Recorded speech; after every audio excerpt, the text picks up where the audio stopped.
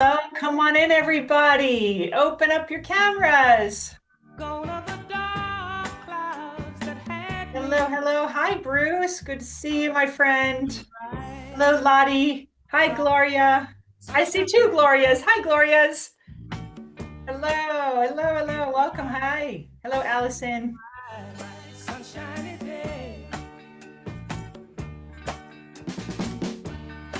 You can sing if you want to.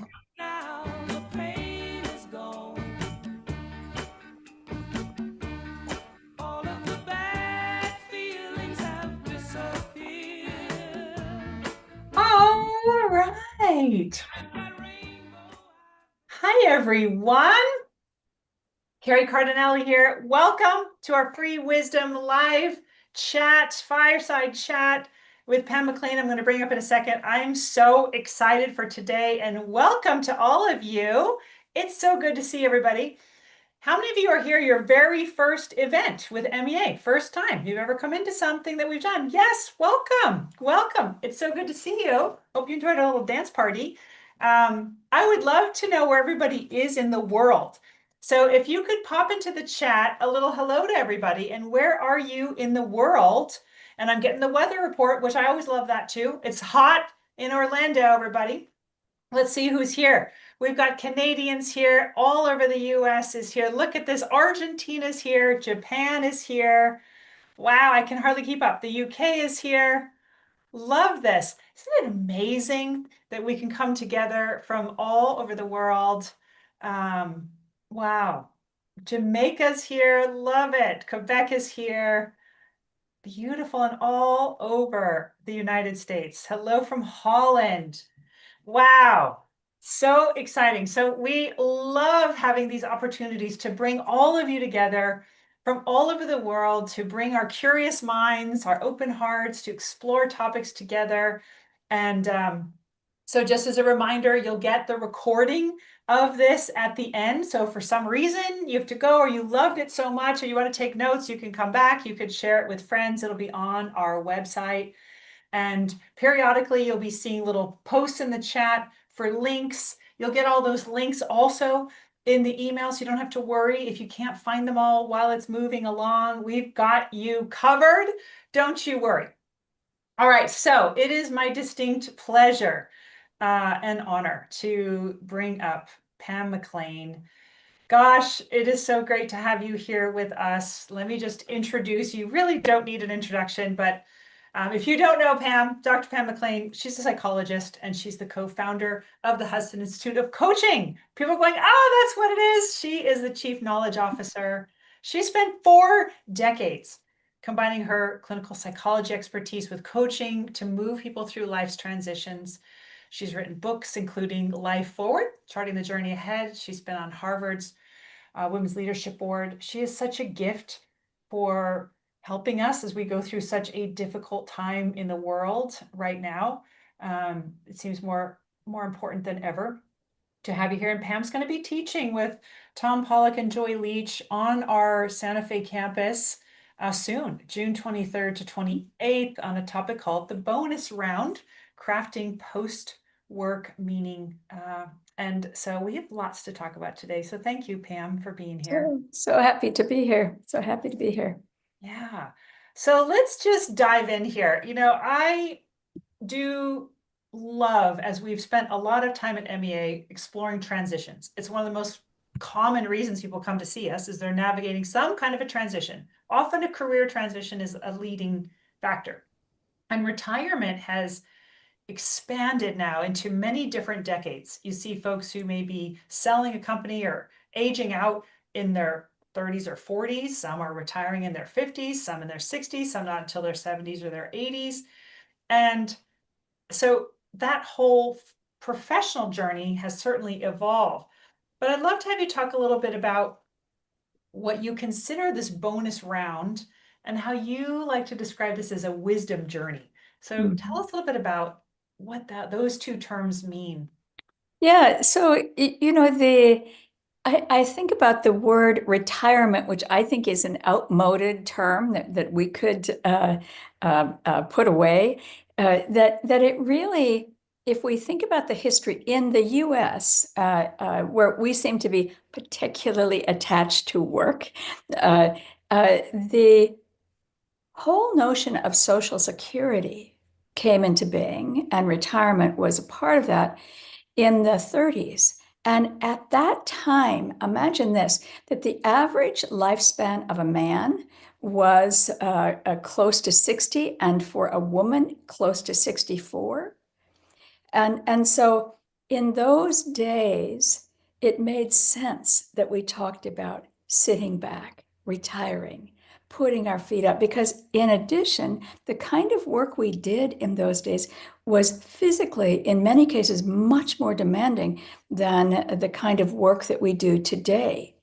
So it was welcomed, and there wasn't a lot of thought about what I'm going to do or how I'm going to find meaning because the time was short. Today, when we talk about the bonus round, we use that phrase because, if we're mostly healthy in our 60s, the chances are we're going to have a solid 20, 25 years in front of us. This isn't a brief period to put your feet up. It is a whole new stage and phase of life for us to find meaning and to understand what our work is in this phase. And just as you were talking, Kari, about how people are essentially stepping in and out of work in new ways. Now, I think this is true as we grow older, that notion that there was this point in time, which still exists in some organizations, but this point in time when we leave work. Today, we see a very different kind of kaleidoscope of possibilities. That I use the term the post-work phase, but I mean the full-time of post-work phase. But many of us will continue to work in one way or another at our own tempo, in different ways, in different settings. So this is, I think a time when we are noticing that the old paradigm is simply not working. Yes. How many are feeling that way in your life? Give me a yes or a Y in the chat.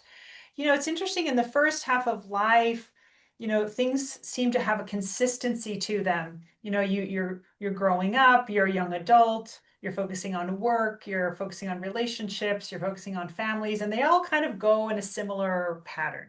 And now we move into this bonus round and everything is different. Some are putting down full-time homemaking and picking up businesses. Some are retiring, some are becoming coaches, some are writing books, some are moving to foreign countries. I'm seeing yes, yes, yes, yes, yes. So with such diverse shifts during this period of life, I think it's quite common people might feel are sort of alone in this time.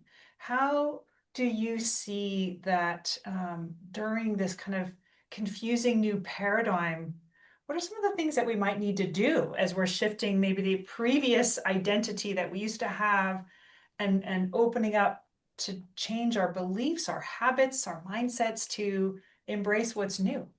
Yes, so much territory that we have to cover. And I always remember a colleague, Richard Leiter, would say in days gone by, there's nothing worse than sitting down on a plane. You introduce yourself to your seatmate, and they say, "Well, I used to be." And so we don't want to be in the "I used to be" territory, hanging on to what was because we know that so well. So, I think about how every transition in our lives really is a little death of sorts. There's something that is not working as well as it did, something we need to let go of. And in that little death, we shed some identities. But we know so much. There's such a structure around how we do this when we're younger and when we're in our middle years. And that the map is not as clear for us as we grow a little bit older. So the dynamic for probably most people on this call that have been in work roles of significance is the reality is that is hard to let go of for most of us, right? And you know, those that have know probably that the rhythm goes something like this, that at first it feels fantastic because it's almost like being on vacation with no structure. And then a few months later, there is a panic that sets in that says, wait a minute, I have no structure to my life. My calendar is never full. My sense of prestige and power is gone.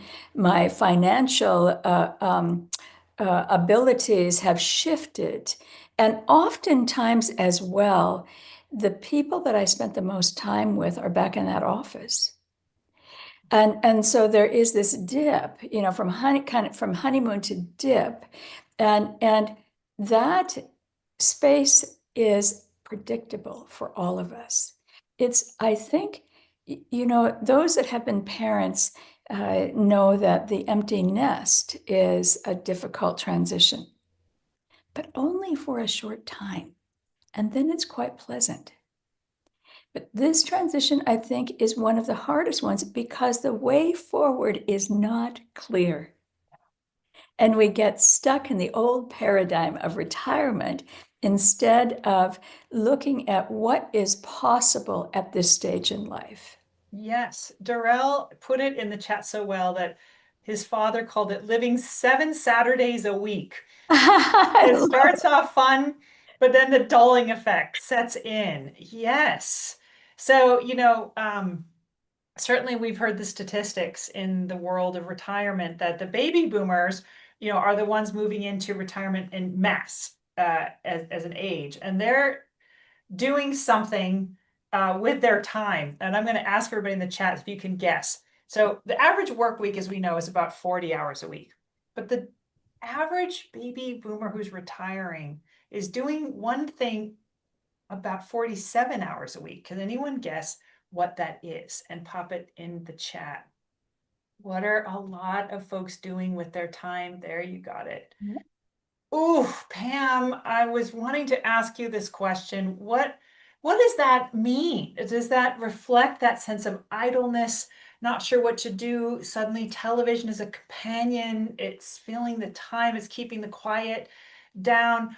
I'm seeing the pickleball.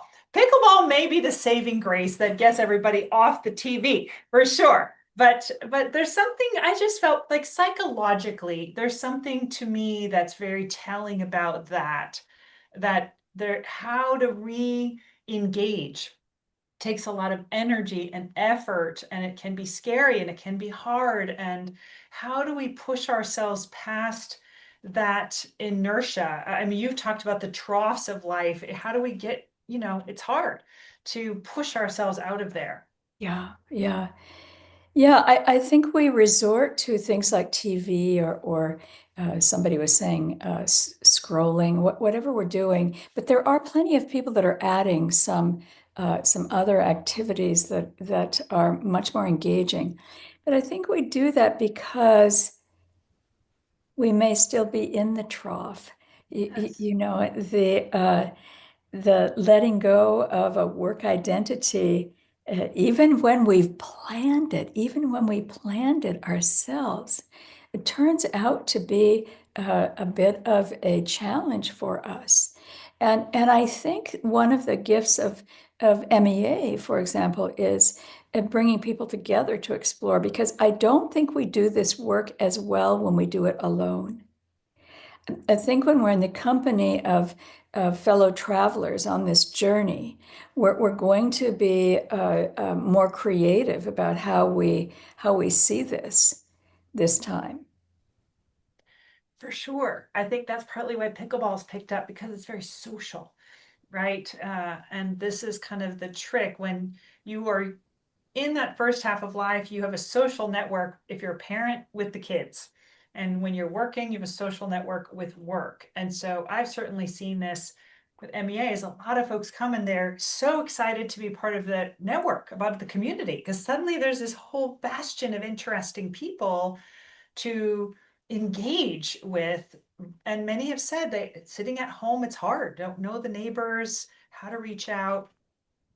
How do you recommend, honoring those transition stages that, and, and then kind of shifting into leaning with curiosity to new things?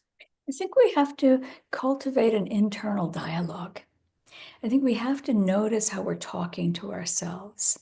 I think we have to engage in conversation about this with others. I think we have to have some comfort in being in the trough long enough to say, so what am I learning as I let go of this chapter and I step into a new one? How do I want to be showing up? Uh, uh, I think that, all of us have had some experiences with those troughs. Sometimes we're thrown into a trough that we didn't anticipate. We have no choice but to come to terms with it.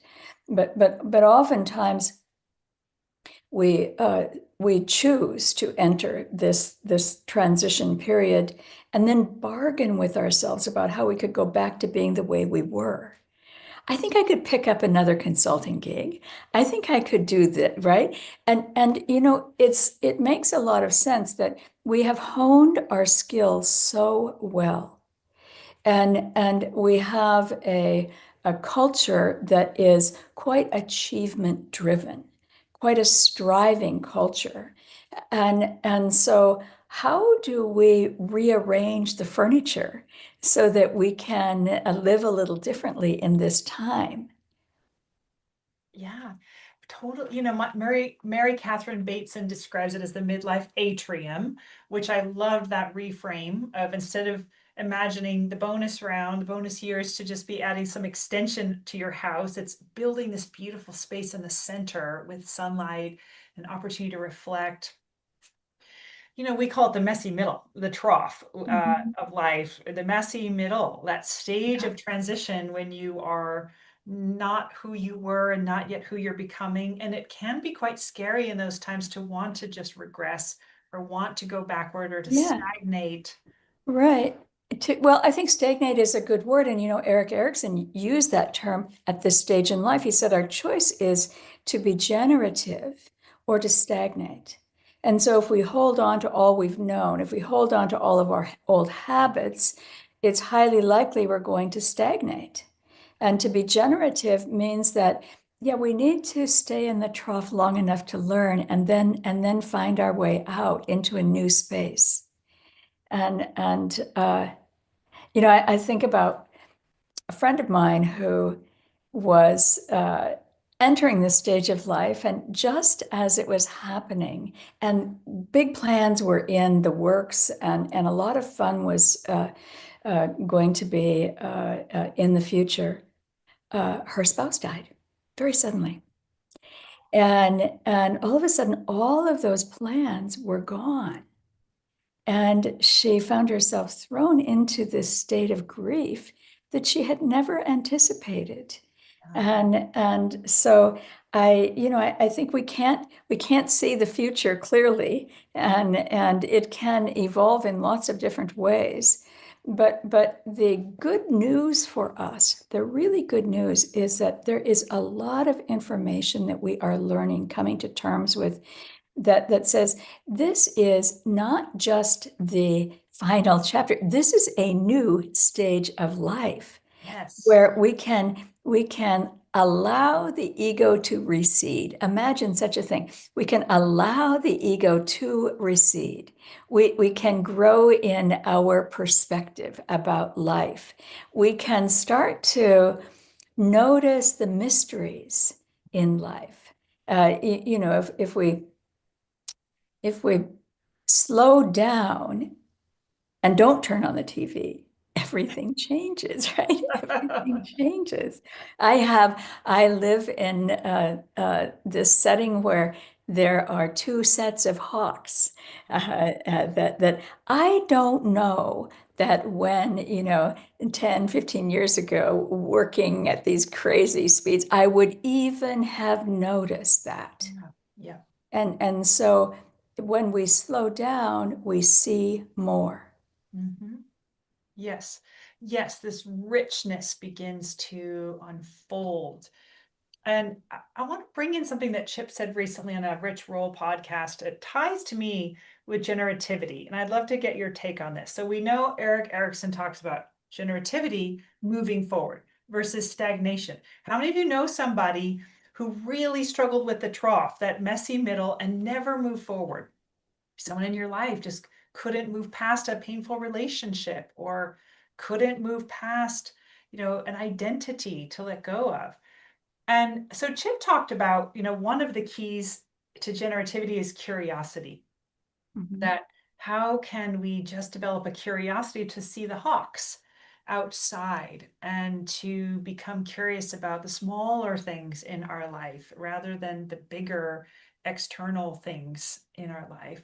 And he said something interesting that I think plays well to the bonus round, that he felt that creativity was inefficient in the first half of life. That when you're a little kid and you're creative and you're going outside of the lines and you're not doing the assignment the way it's been given, you're quickly reinforced to stay in the lines, to study for the exam, to demonstrate a certain knowledge, to follow the workflow that you've been given to do, right? And so being creative is sort of a skill that we have not had a chance to exercise as much. And what a great opportunity to explore that now. So I'd love to hear your take on that.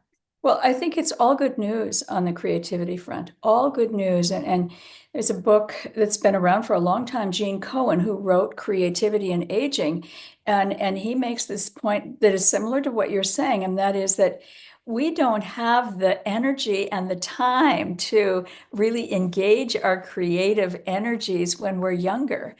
And I have a 4-year-old grandson who comes over to my house on the weekends. And right now he's constructing this really unusual situation out in this field nearby that is some sort of a house for something. I don't know what it would be. And the nasturtiums are the pillows and the leaves are the beds. So we have that in our early years, and then life takes over. But the reality is that our creative juices really start to flourish as we grow older.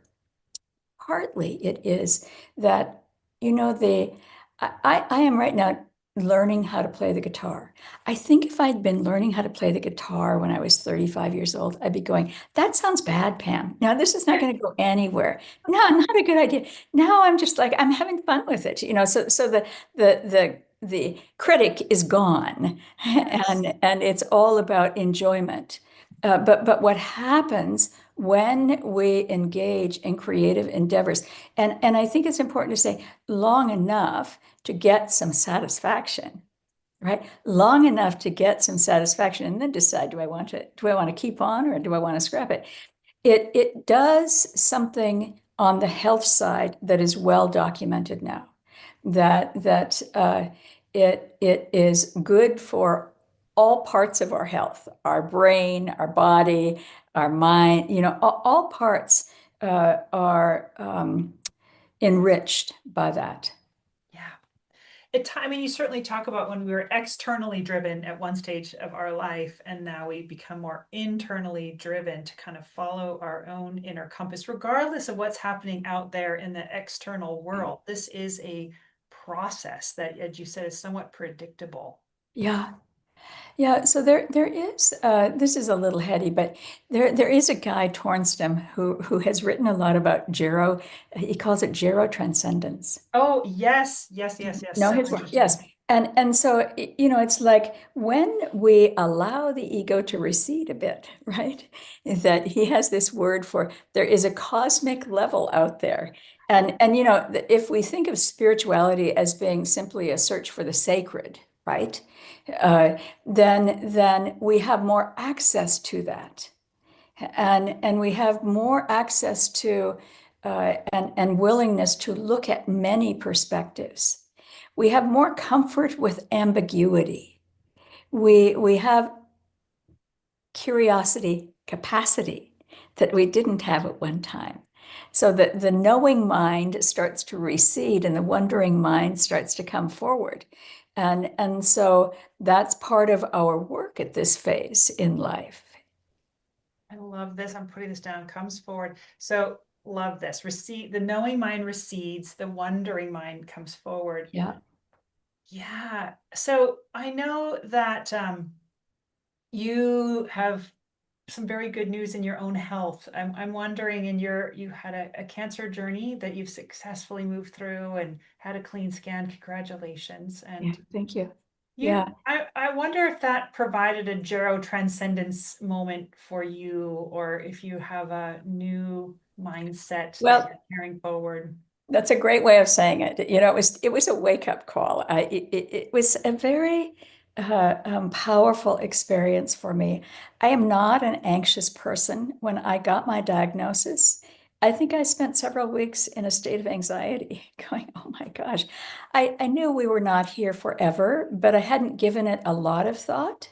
And all of a sudden, I was thinking about things that had just not been on my mind.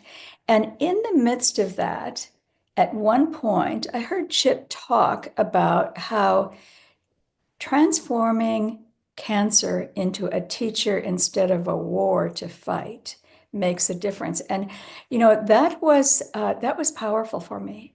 I really was able to make that pivot, and I think before the cancer journey, there were habits I was engaged in that were just old habits I was carrying with me. Not anymore. Not anymore.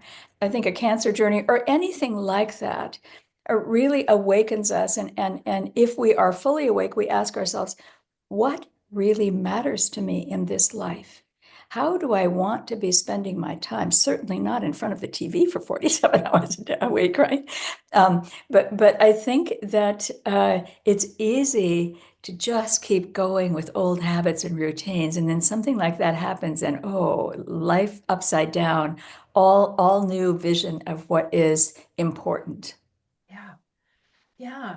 So combining that with this expertise you have in this and being pioneers, and it is true that those who are moving now into 60s, 70s, 80s have a whole new world available than existed in the past. It's this gift, it's this opportunity. And so how do you look at those who are in this stage of life now? What would be some of your suggestions or reflections or pieces of advice? I think one good suggestion for all of us is pay attention to your internal dialogue. How are you talking to yourself? What are you saying to yourself? What can you discern from that internal dialogue that you're having? I think that another thing that we can do, and there are the easiest ways to do this and the bigger ways to do this, is disrupt ourselves with regularity. Oof. Disrupt ourselves with regularity. So it can be that, there's been a walk you've done forever. Take a different path. Or, I was a few months ago in northern Italy for a few weeks. And I decided I would try out the trains. And I would laugh at myself. I'd be on a platform and I'd go, that wasn't my train. No, that wasn't my train. Where is my train? Right. And so that the disruption enlivens us and takes us out of our routines. I think the third one we've already talked about, and that is uh, don't go it alone. Oof. We're really inventing, we're creating, we're crafting how we understand this new chapter. And no one can do that alone in a meaningful way. That is right. We've learned that social isolation and loneliness can take 7.5 years off of your life, that it Yeah. is so important. The quality of our friendships, we've learned from the Harvard longitudinal study and at Stanford, just continues to point to this very point that don't go it alone. So let's talk about your week that's coming up. We're so excited. You're going to be teaching with Tom Pollock and Joy Leach. Tell us a little bit about what you're going to be focusing on together. Mhm. Yeah, so we cover a wide range. We start, as you might imagine, by looking back at the road we've traveled. And not just looking at the road we've traveled, but then digging a little deeper into what we've learned along the way. And, back to troughs, that's where we do the best learning. It's in the troughs. It's not when things are going Darn really it. well. I hate So that. how do we take those lessons and use them in the chapter ahead? And then we do spend time talking about what is required in order to let go of an old identity. How do we do that? How do we reshape our identity? How do we find new ways of going through our life that is equally as meaningful so that we don't end up being one of those I used to be's, right? And we spent quite a bit of time in creativity. How do we open ourselves to creativity? Uh, um, I think that when we talk about the impossibility of this when we go it alone, what happens in that workshop relative to people coming together and sharing their experiences and their hopes and dreams is powerful. I know in the last one we did that group still gets together on a regular basis to be of support to one another, and that makes everything better. Everything's better with others, right?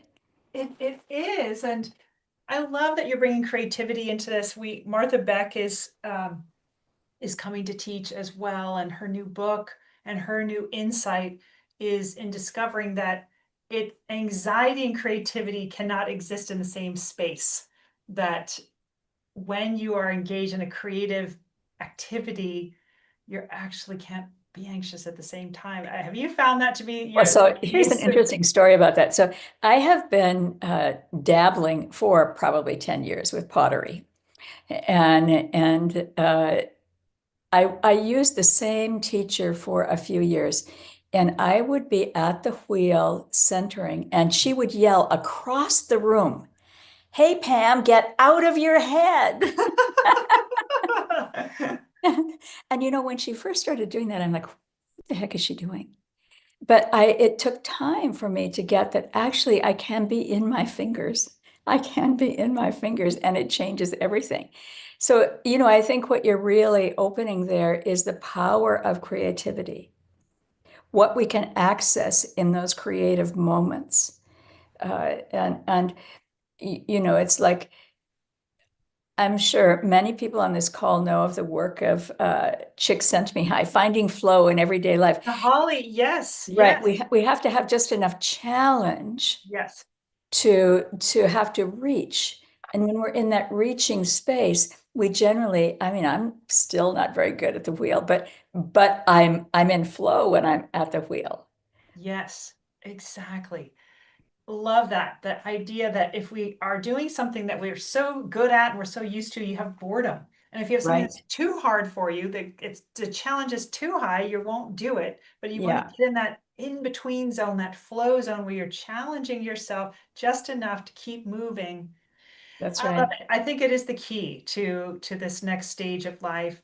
We have an opportunity now for all of you to come up here and ask Pam a question. How amazing is that? So all you have to do is go to the react button down below, a little heart. And if you click that react button underneath the fun emojis, which are always fun to play with. So we're all down around here for being playful and hopping up the emojis. But below that is the raise your hand button. And we'll bring you up here to ask your question with Pam. And David Weaver, my good friend from Vermont, how are you? It's good to see you. Good to see you. Can you hear me? Yes. Great. Uh, yeah, so as always, thank you to MEA for tremendous content. Pam, I guess the starting point, thank you for everything you've said. It's actually been super helpful for me today, and super timely.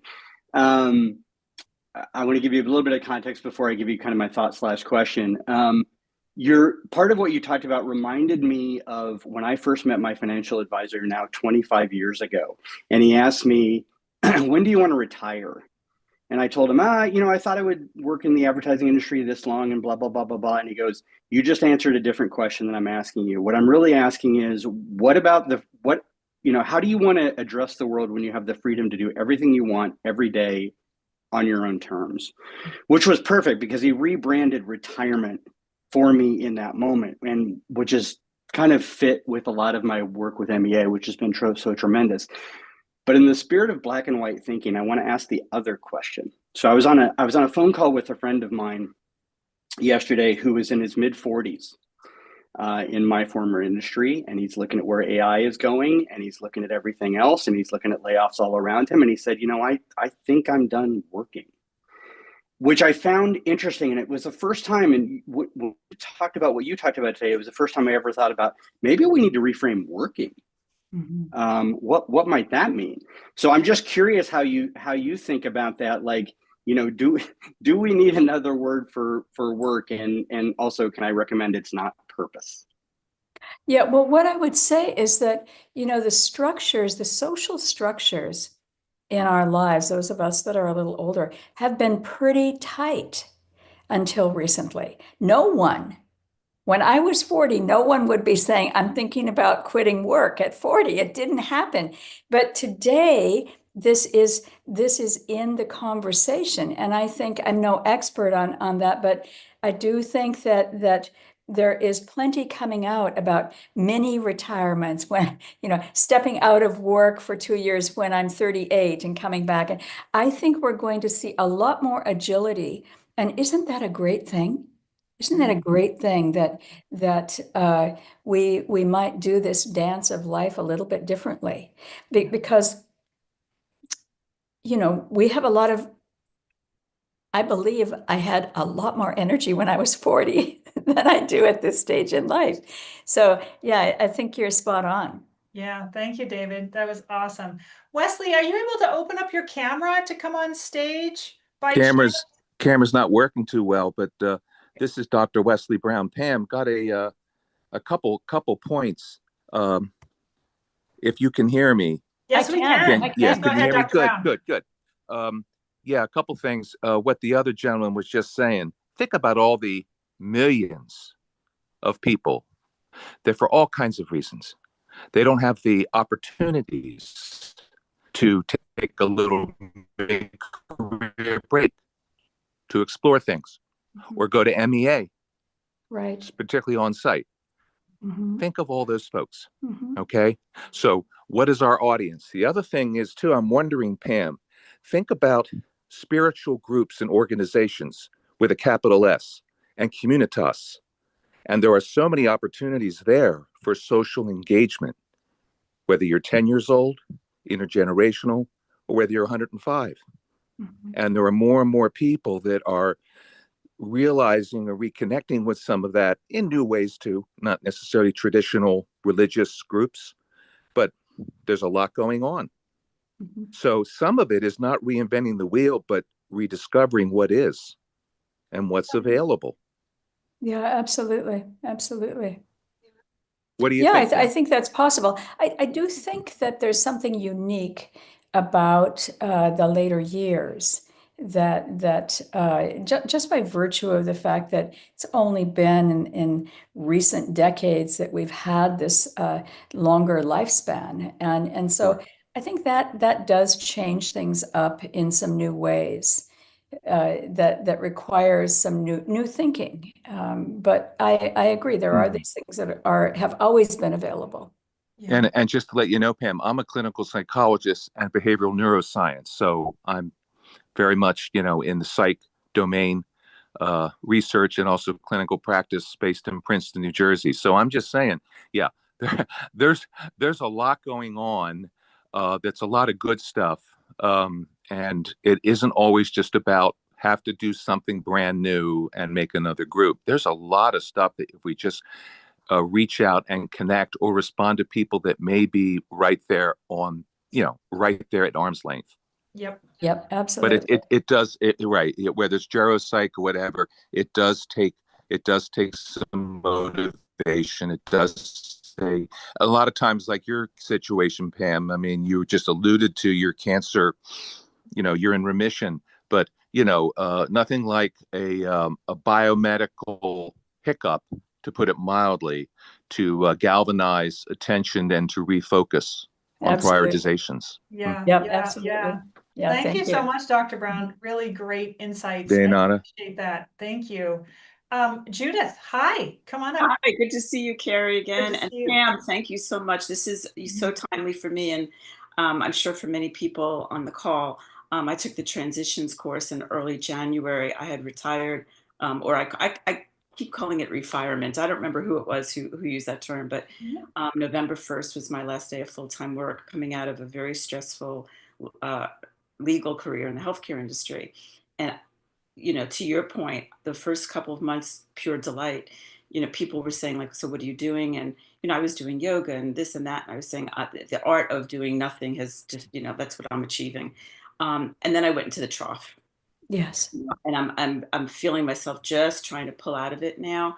And I'm doing, and my question really goes to you, this is not a financial question. It's more, in terms of your lane, but it does have to do with finances. Given, we are in an economy right now that is, everyone is hearing this is the absolute worst time to retire. And, that happened very shortly after I did. And I'm sure many people on this call too, and while we're not, struggling maybe to buy food, and pay the mortgage, those are still considerations. For me, at least personally, that brings angst in retirement. Where maybe my international travel and all these wonderful things that I was planning to do in creativity and this and that, they're maybe amped down, at least in the short run. Do you have any advice for those of us who are, let's say, newly retired, who may not feel fully prepared? Well, spiritually, what we yeah, I think at a high level, we are living in extraordinary times. No matter what our age is, these are extraordinary times that many of us never imagined finding ourselves in this place. And it is anxiety provoking. And, watching what's happening to many of us, financially is anxiety provoking. So we're in this moment. We're in this moment. And I think that we have to find our way, find ways to be in this moment without panicking. Because I am hopeful. I am hopeful that as we move forward, the view will become clear and will get reshaped. I think your ability to adapt, Judith, you're the one that said you had a very high-powered role that took a lot of your time and effort, and so you probably have a lot of agility as well that you cultivated over time. And so I think we have to really call on our agility as well. That's a really good point. It's funny, as I was talking, I was thinking about the trough being the messy middle. Yeah, for sure. Let me just pop in also into the chat for everyone. The same week, those of you who can't get to be with Pam, including myself, I wish I could spend the week with Pam. If you can't, this particular week that she's teaching, at the same time, the same week, we're running online a Reframing Retirement online 5-day boot camp.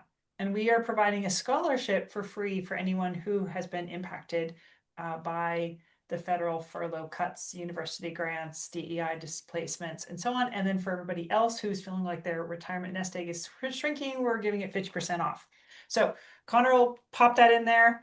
And what can we do? As Pam said, we can be hopeful and we can come together and we can find little ways to support each other. So thank you for bringing that up, Judith. Always good to see you. Senbei from Japan, it's what time? It's 1 a.m, I think, or so. It's so good to see you, my friend. Thank you. It's time for 4:45. Yes. 4:45 in the morning. Oh my gosh. Okay. Thank you. Thank you for today. And I just comment for you. When I first heard the phrase bonus round, the Pamis, I got very excited because many Japanese workers feel that the time after retirement is like additional time in soccer, football. They should try hard to score goals, but it ends up just wasting time or keeping the goals. That's very sad. So Yes. bonus round has the nuance of the still being able to do more and more things. Yes. So yeah, so I thought it was a great phrase, bonus round. So I want to try to use bonus round. Thank Yeah, you. because it really does say it's time for something else. Mm, It's time for new things. It's a new time in life. It's not the same as the way we've lived for many years. Use it well. You know, Mary Oliver has that one, what is that, Carrie? The one precious, What will you do with your one wild and precious precious. life? That's Oh, right.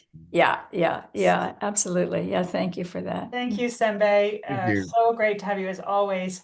Charles, come on up. Hi, Charles, you're on mute, my friend. Okay, I'm unmuted now.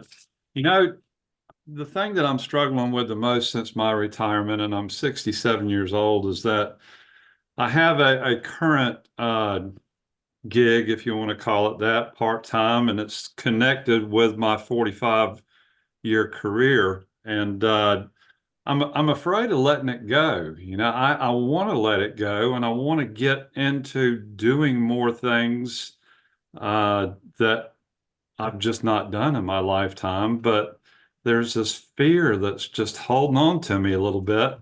Uh, and I don't want to wait too long because there's another person that refers to this as your go-go years, your slow-go years, and your no-go No-go years. years. Yeah. Yeah, Mhm. I don't want to suddenly get into an unanticipated no-go situation and have passed up the opportunities that sit here right now while I'm still doing some work. Yeah. Well, you know, I think lots of people are asking that question, and I think it's a matter of right sizing the work that you're doing. I mean, it seems to me the growing trend is to do some kind of work for some amount of time in these years.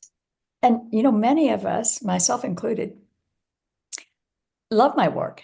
You know, I want to be continuing only in a different way, at a different tempo, in my way. I don't want it to be the overriding force in my life, but I've still got some juice there.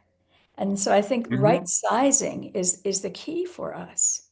Yeah, yeah, and I'm with you 100%. I'm just still having to answer to somebody else.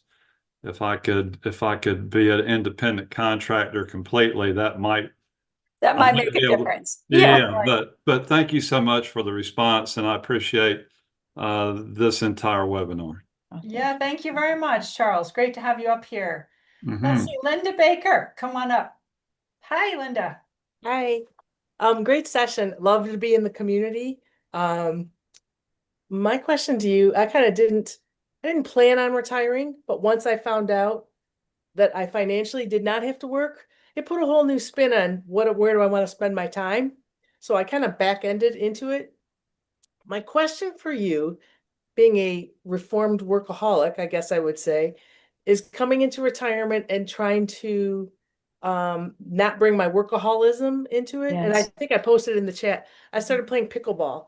And at first I was enjoying it and I still do enjoy it, but I'm running into other people who are that perfectionism and, you know, having to prove something comes out again and again. And so it's like, how do you become a beginner at many things and Yeah. not make it the thing to like, I have to achieve it because I see it so much in other people and I recognize it and like just enjoy to learn, use my creativity, which I'm creative, but not have that expectation on myself or others that we have to be in that place. So I'd love to hear your thoughts on that. Well, I think you're bringing up a really important one because this is there's nothing external here. This is an internal dialogue we have with ourselves. And I'll tell you a story. When I started to pull back from work, I decided I wasn't going to work on Fridays.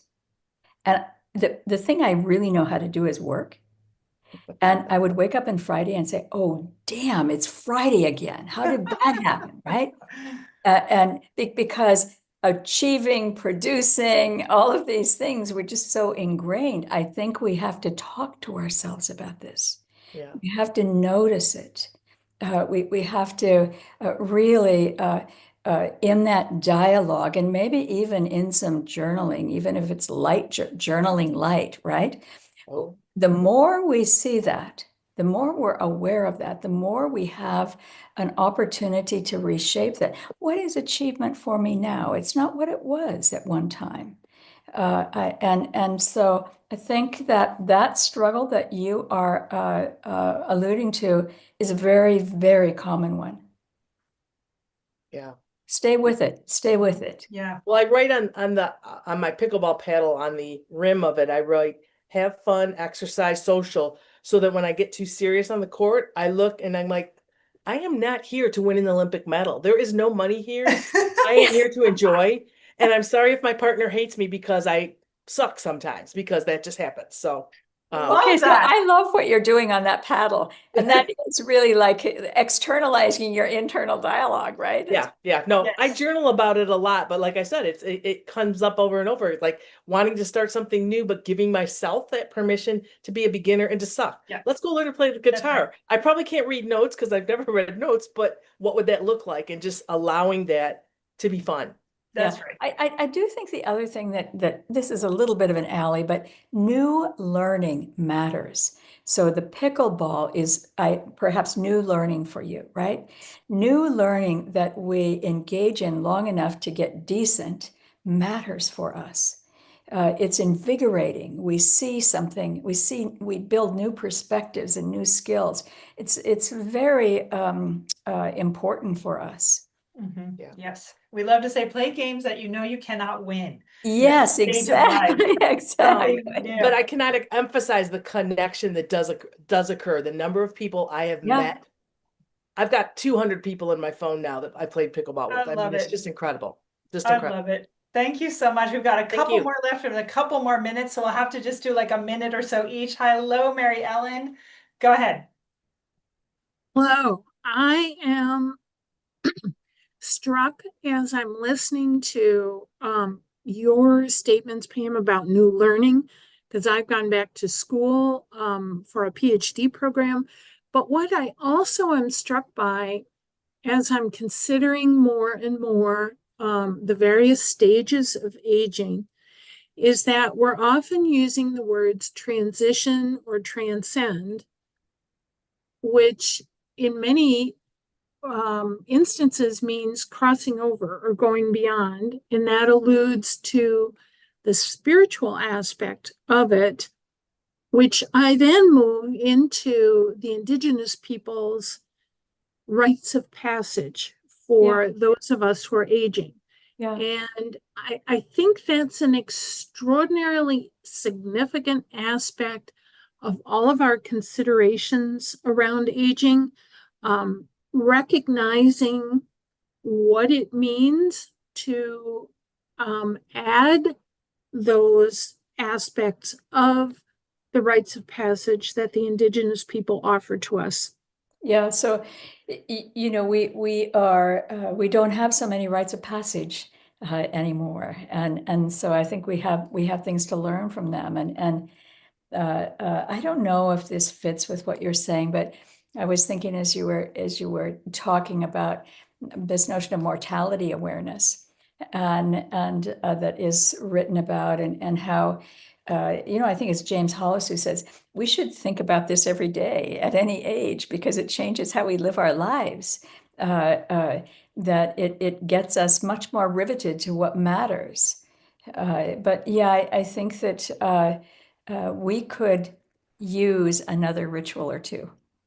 I think the rites of passage concept for me is very freeing as well, because it not only gives permission, but it acknowledges and causes you to have to accept that you're living differently now, or you can live differently now. It's It's a process whereby the idea of future, because it's a much shorter aspect, but the idea of future begins to kind of get dim. And the idea of present becomes extremely significant. And the idea of past is also becoming more dim because you're changing so much. And so Yeah. it's not quite as relevant. Beautiful. I Thank you, think- Mary Ellen. I'm going to kind of move Go us ahead. along, but I think that's so insightful around how to think about rites of passage internally, Pam, right? How to create and craft the memento mori, as Anna is saying. All right, everybody have 1 minute each. If I can try to get you all in, I will do my best. Thank you, Ashish. Welcome. Hi, good afternoon. I'm connecting from Minneapolis, where I work with Winnebago. So I'm actually still in office taking this call from office next door to my boss. I'm trying to think a little bit ahead. So Pam, if you had advice for someone who's thinking about this refirement a couple of years, 2, 3 years from now, what would be the things to say, think about this for the next 2, 3 years and work through this as you're getting ready? Thanks. I think I think thinking about it in advance is key. Most people, many people go to the cliff and jump off methodology. It just doesn't work as well. And so starting to enrich your life in other ways while you are in this phase, I think really can be a helpful support. And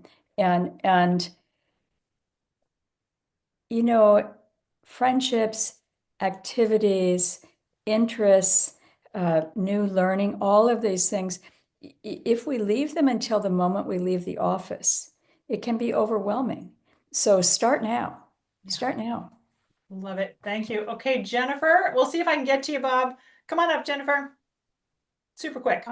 So I'm probably in the leaving it to the last minute bucket. In 2 seconds, I retired unexpectedly, and unlike other folks, I felt like I jumped off a cliff. Like I didn't have that 2 months of like, oh my God, this is fabulous. It was kind of like going to from 0 to 100 in a minute, and I derived a lot of my identity from my job. So my question for you goes back to what you were saying at the very beginning. I used to be. So when we're in this period of time where we are transitioning, we don't know exactly what we're doing. I'm going on a trip, and I'm dreading the fact that literally everybody that you meet says, what do you do? Okay, what do you say? Without either diving into like this horrible, like depressive, kind of state, or just fumbling for words and just not feeling really, what I mean, like kind of like happy with your answer. Like, what do you say? I'm not a big advice giver, but I'll tell you, because we're short on time, I would say, I'm in the in-between. How about you? I'm in the in-between. Right. Just something quick and. Yeah, that's right. I love that. I'm in the in-between. Beautiful. Oh man, I got it. Got there, Bob. We did it. Hey, buddy, come on up. 1 minute. Thanks. I'm also a psychologist, and I've been fascinated by the attachments that we cultivate during our second trimester. And then we enter the third trimester, and we're holding on to our attachments to stability and to the past and to control and perfection and success and youth. And I just wrote a book called Detach. And I'd love to get your thoughts on what do we have to let go of in order to be free to explore this new life in our third trimester. Well, I don't have thank to you, say Bob. that. That's going to be your final comment, Pam, for today. All right. Well, great question. I'm going to check out your book. I think we have to detach from a whole lot over time, but yeah, great point.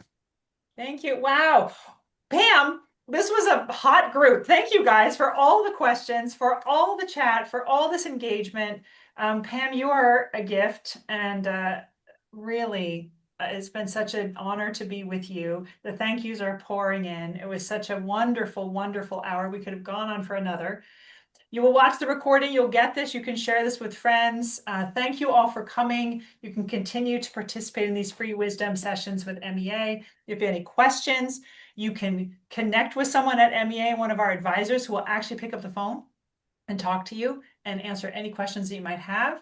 And so with that, we're going to take you out with another song. And everyone, you can take yourselves off of mute if you want to say goodbye to Pam. And have a great day, everybody. Thank you, Pam, so much. Oh, thank you. Thank you, everybody, for being here. See you, Pam. Be well soon. Thank you, everybody. Thank you. Great session. Thank